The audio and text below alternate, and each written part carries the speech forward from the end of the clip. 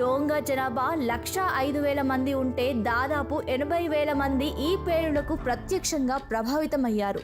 అక్కడి గాలి, నీరు కలుషితమైపోయింది. ఇక ఈ పేలుడును ముందస్తుగా గుర్తించగలిగి ఉంటే అంత నష్టం జరిగి ఉండేది కాదన్న అభిప్రాయాలు వినిపించాయి. వెంటనే సీన్లోకి దిగిన సైంటిస్టులు భవిష్యత్తులో ఇలాంటి విస్ఫోటనాలను ముందస్తుగా ఎలా గుర్తించవచ్చనే వాటి గురించి పరిశోధనలు చేశారు.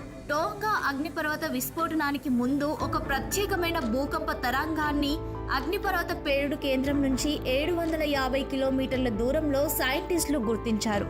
ఈ ప్రత్యేకమైన పేలుడు తరంగానికి రేలీ అని పేరు పెట్టారు. ఈ తరంగ సంకేతాలను దీవుల చుట్టుపక్కల ఉన్న సముద్ర జలాల్లో గుర్తిస్తే అప్పుడు అగ్నిపర్వత పేలుళ్లను ముందస్తుగానే తెలుసుకోవచ్చు. అప్పుడు సంబంధిత దీవుల్లోని ప్రజలను ముందస్తుగా అలర్ట్ చేయొచ్చు. అంటే సునామీ అలర్ట్ కూడా ముందుగానే జారీ చేయొచ్చు.